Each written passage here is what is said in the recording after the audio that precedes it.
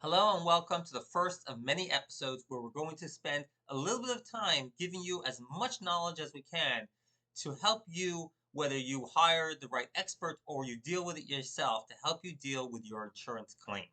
Today we're going to cover the topic of returning the roof to pre-loss condition. So it's very, very simple. If you've purchased insurance, you expect to be returned to what you were, how you were before the loss. So what does that mean when it comes to a roof? I have insurance companies that turn to me all the time and say, "Well, I'm going to give you a repair. This is the amount of tiles that were damaged, and therefore here is the repair." But the question is, what else is that involved? So I put together an article, and I'm going to discuss it over here.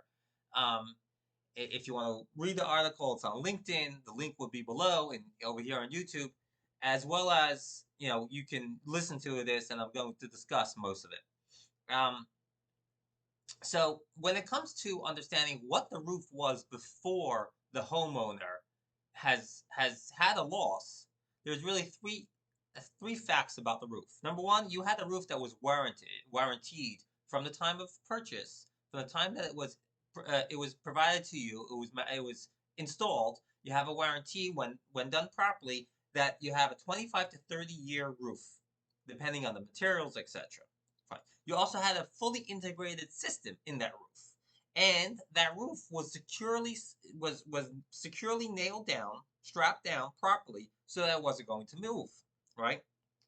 So if an insurance claim happens, if the roof is no longer warranted, which, for example, a hurricane named storm comes through, that roof is no longer pre-loss condition. Now you have a a warranted roof that's no longer warranted, right? You have a fully integrated system where you had your layers, your multiple layer, whether it was ice shield, whether it was just the felt underlayment, as well as the plywood underneath was holding it, right? So you had a bunch of layers. You had the plywood, you had the felt, you had ice shield.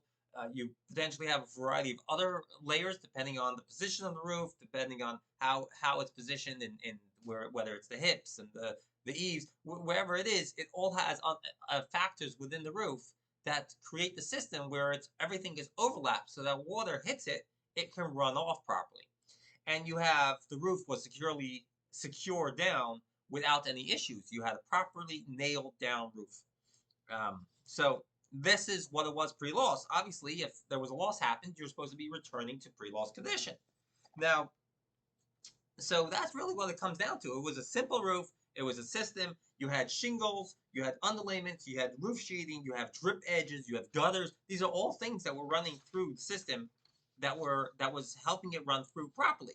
Now, if you have different factors, you're going to have different things. If you're in the West Coast, for example, if you're on the East Coast and where it's colder, wherever it is, if your area is going to be colder, you're going to have more layers of ice shield on the bottom so that the water doesn't drip, doesn't melt, and then float back into the house through the lower layers.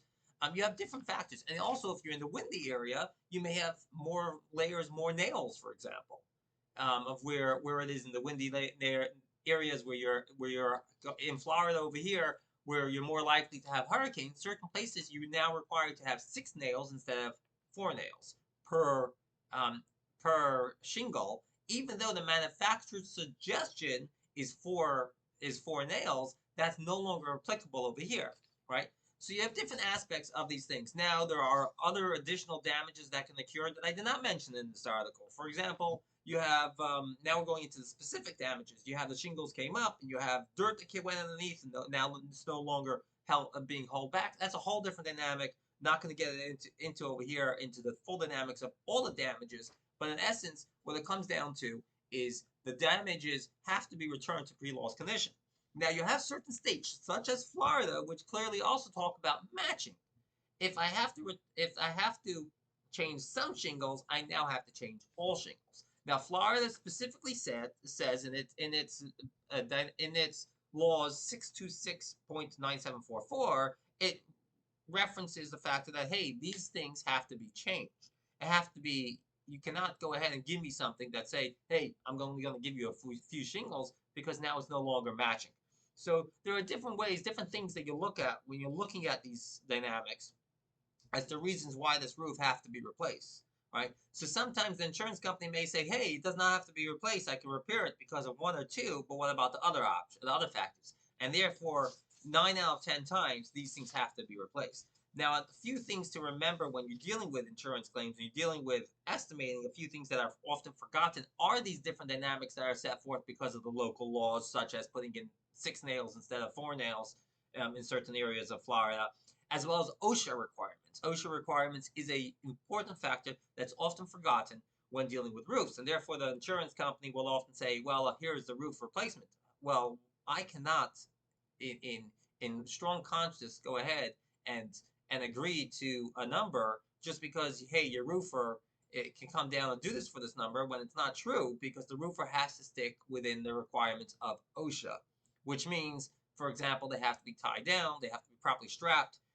You have to make sure that there's no nails, and often the job gets done without making sure that there's no nails on the outside, without making sure that they had a safety meeting in the morning.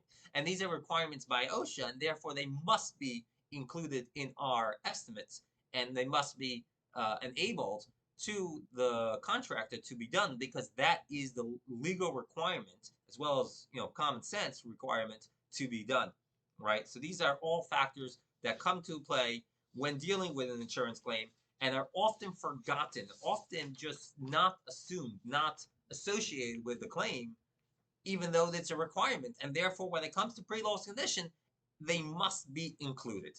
Thank you very much. Success and happiness and joy, so that you can hopefully never need me. And all the best.